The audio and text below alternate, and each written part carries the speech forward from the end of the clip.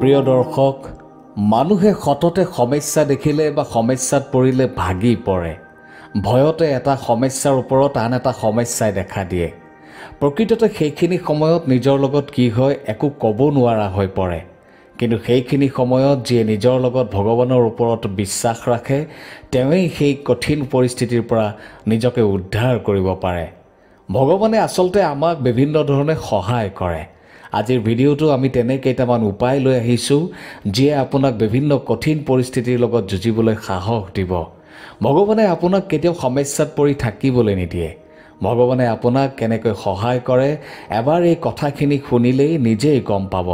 আপুনি মাত্ৰ এটা সৰু কাম কৰিব। ভিডিঅ'টোত কোৱা কথাখিনি নিজৰ লগত মিলাই চাব 100% আপোনাৰ লগত মিলিছে। কিন্তু কেনেকৈ?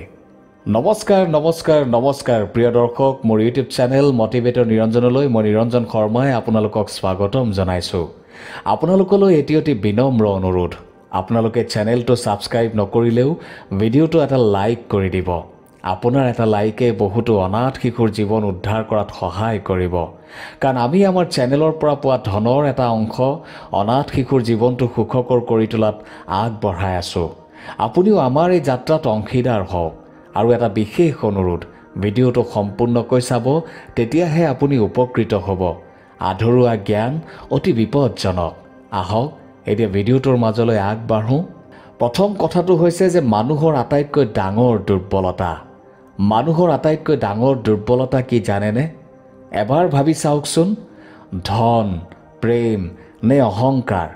মানুহৰ আটাইতকৈ ডাঙৰ দুৰ্বলতা হৈছে ৰহস্য। ব্যক্তি যিমানেই শক্তিশালী নহওক, যিমানেই প্ৰবল নহওক, তেওঁৰ ধ্বংসৰ একমাত্ৰ চাবি হৈছে তেওঁৰ ৰহস্য। সেয়েহে যদি আপুনি শক্তিশালী হৈ থাকিব বিচাৰে, প্ৰবল হৈ থাকিব বিচাৰে, সামৰ্থ্যৱান হৈ থাকিব বিচাৰে, তেন্তে আপোনাৰ ৰহস্য কাকোৱেই নক'ব। শত্ৰুকটো নক'বই, আনকি মিত্ৰকো নক'ব। কাৰণ সময়ৰ লগে লগে কোন কাৰ শত্ৰু হৈ পৰে সেয়া কোৱাটো সম্ভৱ নহয়। বিভীষণে ৰাৱণৰ অমৃতকুণ্ডৰ কথা জানিছিল। সেয়েহে প্ৰভু শ্ৰীৰামে ৰাৱণক বধ কৰিবলৈ সক্ষম হৈছিল। এবাৰ নিজেই বিচাৰ কৰি চাওক।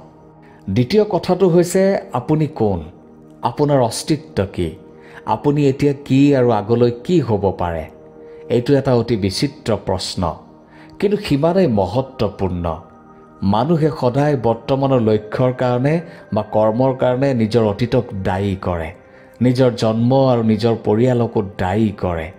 কিন্তু এবাৰ ভাবি চাওক, এটা পদুম ফুল যাৰ জন্ম বোকাত হয়, সেই পদুম ফুল ভগৱানৰ শিৰৰ শোভা বৰ্ধন কৰে। আনফালে কয়লা, যাক মানুহে হাতত ক'লা ৰং লাগিব বুলি চুব নিবিচাৰে, সেই কয়লা পৃথিৱীৰ তাপ আৰু চাপ সহ্য কৰি এদিন হীৰালৈ পৰিৱৰ্তিত হয়। আৰু সেই হীৰাকেই মানুহে নিজৰ শোভা বৰ্ধন কৰিবলৈ ব্যৱহাৰ কৰে। এতিয়া এই উদাহৰণ দুটাৰ অৰ্থ কি? ইয়াৰ অৰ্থ এয়াই যে ইয়াৰ কোনো পাৰ্থক্য নাই যে আপোনাৰ জন্মস্থান ক'ত। আপোনাৰ কৰ্মইহে আপোনাৰ স্থানৰ স্তৰ নিৰ্ধাৰণ কৰে। আমি ক'ত জন্ম লওঁ এয়া আমাৰ নিয়ন্ত্ৰণত নাথাকে। কিন্তু আপুনি আপোনাৰ জীৱনৰ শেষ উশাহ ক'ত ল'ব সেয়া নিশ্চয় আপোনাৰ নিয়ন্ত্ৰণত থাকে। সেয়েহে কৰ্ম কৰক। জন্মৰ অজুহাত কেতিয়াও নেদেখুৱাব যে মই দুখীয়া হৈ জন্ম লৈছোঁ, তেওঁ ধনী ঘৰত জন্ম লৈছে ইত্যাদি। তৃতীয় কথাটো হৈছে শান্তি কোনে নিবিচাৰে? আমি সকলোৱে শান্তি বিচাৰোঁ। মানুহে যুদ্ধও কৰে শান্তিৰ বাবে। আজিলৈকে যিমান যুদ্ধ হৈছে সকলোৱে নিজৰ নিজৰ শান্তিৰ বাবে যুদ্ধ কৰিছে। মহাভাৰতৰ যুদ্ধ, ৰামায়ণৰ যুদ্ধ, সকলোতে কেৱল ধৰ্ম স্থাপন কৰি শান্তি প্ৰতিষ্ঠা কৰাই উদ্দেশ্য আছিল। কেতিয়াবা মানুহে এনে কামো কৰে যে সন্মুখৰজন যদি শক্তিশালী যেন অনুভৱ হয়, তেতিয়া সন্ধি বা মিত্ৰতা কৰিবলৈ আগবাঢ়ে। ব্যক্তিয়ে তেতিয়া ভাবে যে মিত্ৰতা কৰিলে নিজৰ শক্তিখিনি কেতিয়াও ক্ষয় নহয় আৰু সেই শক্তি নিজৰ বিকাশত লগাব পাৰিব। কিন্তু সকলোৰে লগত জানো মিত্ৰতা কৰাটো ভাল? কেতিয়াবা সেই মিত্ৰতাই ভৱিষ্যতে এক ডাঙৰ সমস্যাৰ সৃষ্টি কৰে। তেনে উদাহৰণো আমাৰ সমাজত আছে। ধৰি লওক, এডাল অজগৰ আপোনাতকৈ শক্তিশালী। এতিয়া আপুনি যদি অজগৰডালৰ লগত মিত্ৰতা কৰে, তেন্তে সেয়া আপোনাৰ জীৱনৰ আটাইতকৈ ডাঙৰ ভুল হ'ব। কাৰণ সাপৰ লগত মিত্ৰতাই সাপক সহায়হে কৰে যাতে ভৱিষ্যতে আপোনাক দংশন কৰিব পাৰে। কিছুমান মানুহে মিত্ৰতা বুজি নাপায়, সন্ধি বুজি নাপায়। এতিয়া এই একে কথা আপোনাৰ মনৰ লগত তুলনা কৰি চাওক। আপুনি যদি নিজৰ মনৰ মতে মনৰ লগত মিত্ৰতা বা সন্ধি কৰিবলৈ আগবাঢ়ে, তেনে বিপদ নিশ্চিত।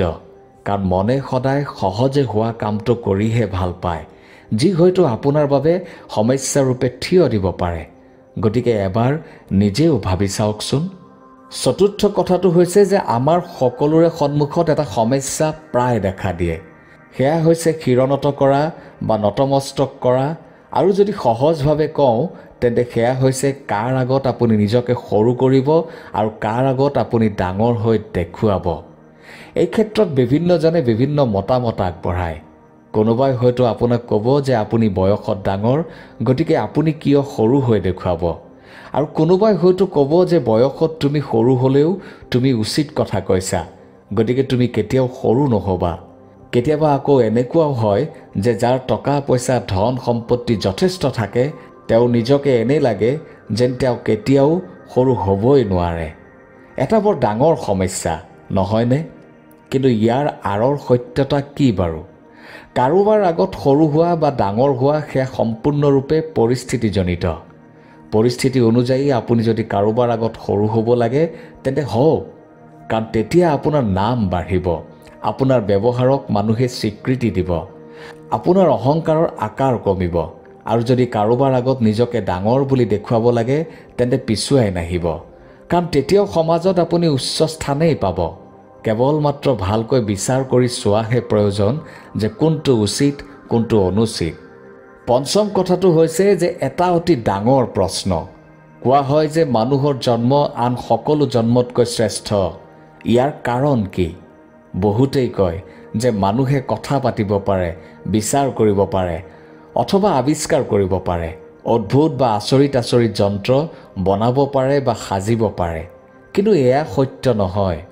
মানুহৰ জন্মক এইকাৰণে শ্ৰেষ্ঠ বুলি কোৱা হয় কাৰণ মানুহৰ ভিতৰত দয়া, কৰোণা, সদ্ভাৱ, চেতনা থাকে। সাধাৰণতে সকলো প্ৰাণীৰে চাৰিটা উদ্দেশ্য থাকে: খোৱা, ভোক নিবাৰণ কৰা, নিজৰ ক্ষেত্ৰ বিস্তৃত কৰা আৰু সন্তান উৎপত্তি কৰা। কিন্তু মানুহৰ জন্ম এইকাৰণে শ্ৰেষ্ঠ যে মানুহে নিজৰ ভোকৰ লগতে আনৰ ভোক নিবাৰণ কৰিবলৈও প্ৰয়াস কৰে। সকলোৱে মিলিজুলি বিকাশ কৰিব খোজে, সমাজৰ কাৰণে চিন্তা কৰে।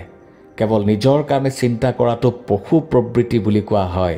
কিন্তু আনৰ দুখত দুখী, আনৰ বাবে নিজৰ বলিদান দিয়া এই প্ৰবৃত্তিয়ে মানুহক আন সকলো প্ৰাণীৰ পৰা পৃথক কৰে। কিন্তু মনত ৰাখিব, যিদিনা মানুহৰ দয়া কৰোণা লুপ্ত হৈ যাব, সেইদিনাই মানুহ সামান্য পশু হৈ পৰিব। আজিকালি অতি চিন্তাৰ বিষয় নহয়নে বাৰু? কেতিয়াবা আপুনি ব্ৰহ্ম মুহূৰ্তত বা ৰাতিপুৱা চৰাই চিৰিকটিৰ মাতত সাৰ পাইছেনে? যদি আপুনি তেনে সময়ত সাৰ পোৱা নাই তেন্তে এবাৰ ব্ৰহ্ম মুহূৰ্তত বিচনাৰ পৰা উঠি আকাশলৈ চাবচোন।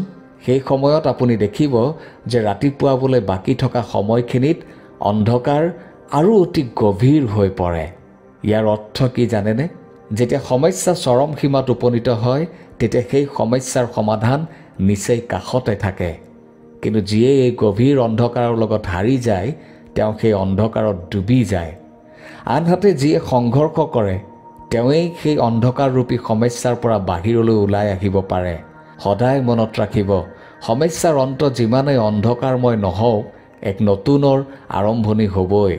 ধুমুহাৰ পিছত যি শান্তি আহে সেয়াই হৈছে নতুন ভৱিষ্যতৰ শুভ আৰম্ভণি। আপোনাৰ লগতো চাগে তেনে ঘটনা নিশ্চয় হৈছে। এবাৰ ভাবি চাওকচোন। প্ৰিয় দৰ্শক, মুঠতে কেতিয়াও পিছুৱাই নাহিব, সমস্যা দেখি কেতিয়াও ভয় নাখাব আৰু সদায় হাঁহি থাকিব। কাৰণ হাঁহি হৈছে আমাৰ শৰীৰ আৰু মন দুয়োটাৰ বাবে এক মহৌষধ। ধন্যবাদ।